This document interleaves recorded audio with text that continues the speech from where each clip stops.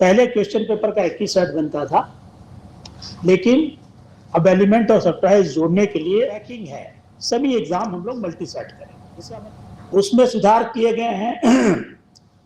उसका पूरा packaging heat seal के माध्यम से किया गया है, जिसको कि बन गई है करना किसी भी एग्जाम को नहीं पड़ता। कदाचार मुक्त कराना एजेंसियों के लिए मुश्किल हो रहा है, और एक ऐसा नैरेटिव प्रिंट और इलेक्ट्रॉनिक मीडिया के माध्यम से और बाकी सोशल मीडिया के माध्यम से बन रहा है कि कॉम्पिटिटिव एग्जाम या एंट्रेंस एग्जाम के जो क्वेश्चन पेपर है उसको कदाचार मुक्त रूप से एग्जाम लेना परीक्षा एजेंसियों के लिए संभव नहीं हो पा रहा है। तो आयोग के लिए एक बड़ा चैलेंज की घड़ी है, और उसी को ध्यान में रखते हुए राज्य के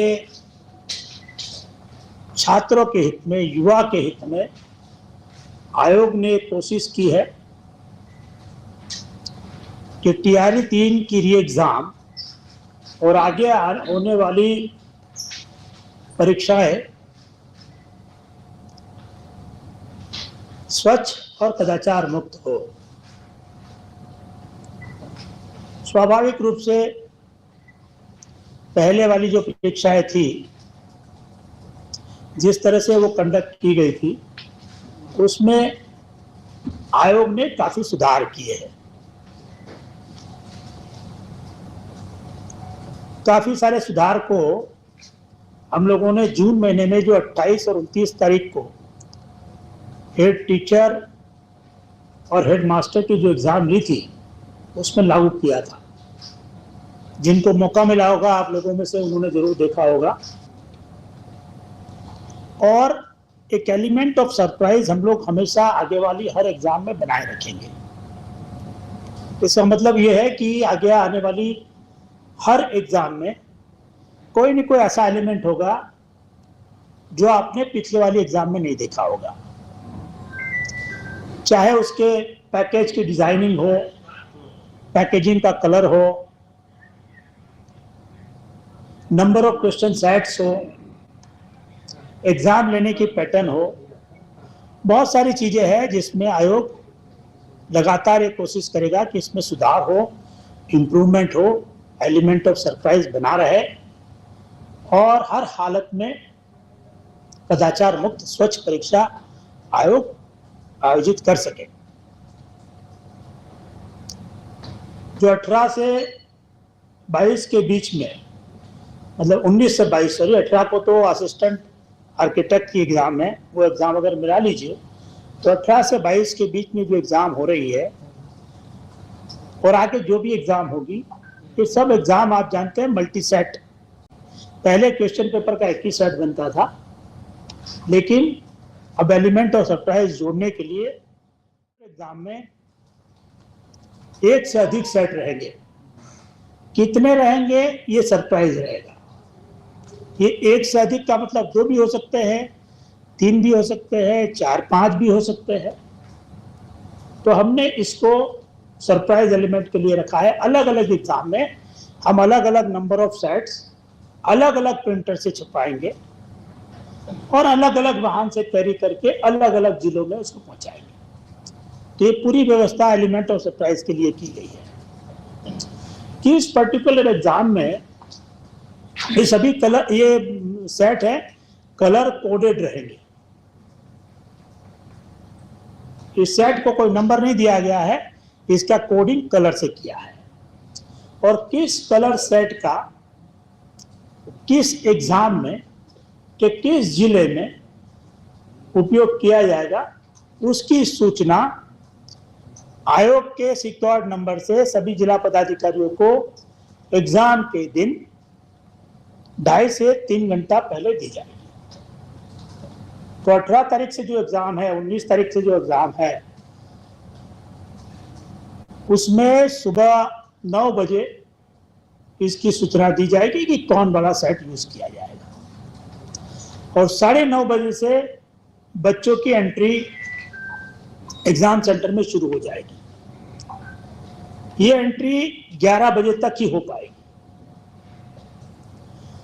और अगर 9 बजे तक हम लोग कलर कोड जो यूज करना है वो डिसाइड करते हैं, तो उस कलर कोड का क्वेश्चन पेपर को सेंटर पर पहुंचाने के लिए पेट्रोलिंग मजिस्ट्रेटों के पास 1 से 1.5 घंटे का ही टाइम रहेगा, जो कि पर्याप्त है एक जिला में ही। आपने देखा होगा पहले 2 पाली में एग्जाम होती थी, हम लोगों ने इस बार एक ही पाली में किया है। 19, 20, 21 की एग्जाम एक पाली में है, 22 और तारीख को जो एग्जाम है वो 2 पाली में हम लोग कर रहे हैं।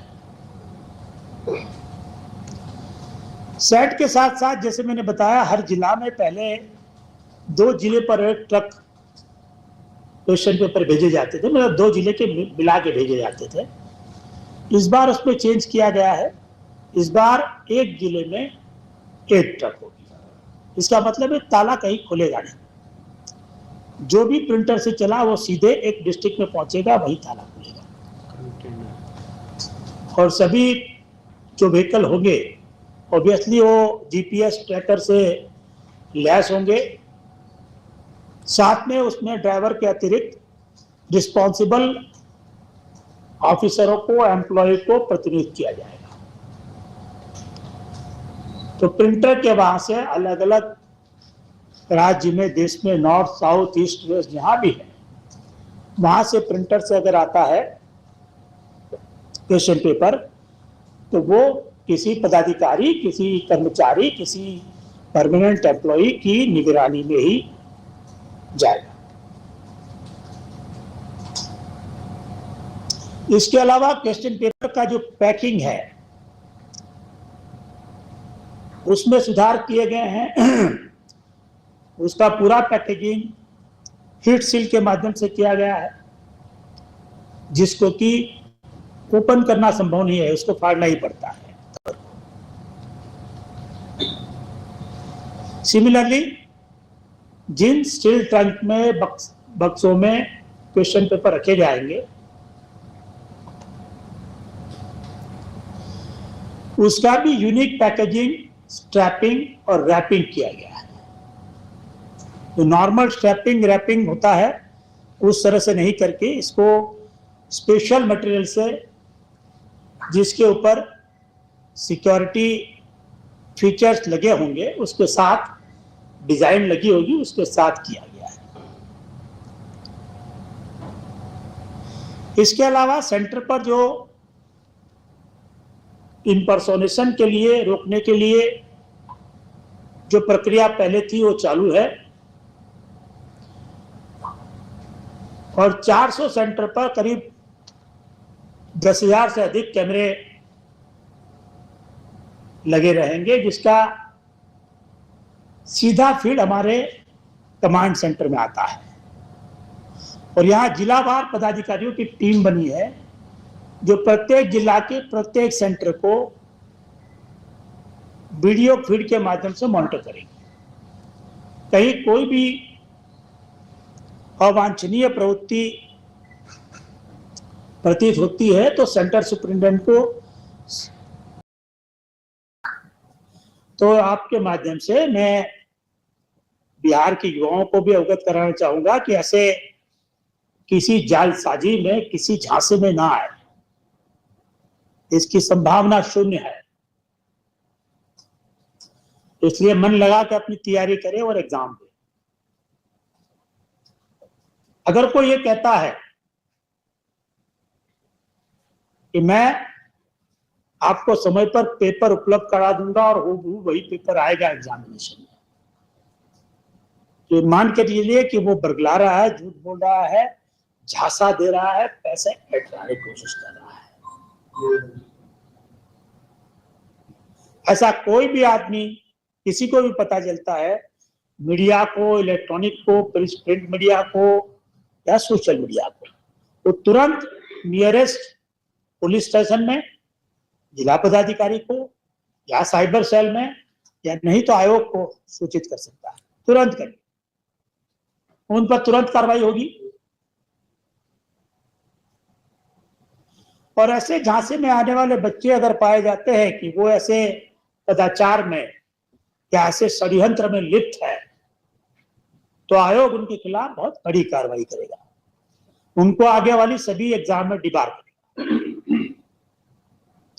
और साथ में जो परीक्षा के अधिनियम को कड़ा बनाने के लिए जो प्रावधान किए गए हैं, उसके तहत, उसकी सुसंगत धाराओं के तहत जो कार्रवाई होगी वो तो निश्चित रूप से होगी, लेकिन बच्चे के लिए भी, अभ्यर्थी के लिए भी एक बहुत बड़ा झटका लगेगा, उनको आगे वाली एग्जाम से डिबार किया जाएगा, उनके परिवारजनों के खिलाफ भी कार्रवाई की जाएगी। क्योंकि पूरे देश में कदाचार मुक्त परीक्षा कराने के लिए, पेपर लीक को रोकने के लिए आप जानते हैं कड़े कानून बन रहे हैं, और एक ऐसा दूषण है जिसको हम लोग सब साथ मिलकर ही रोक सकते हैं।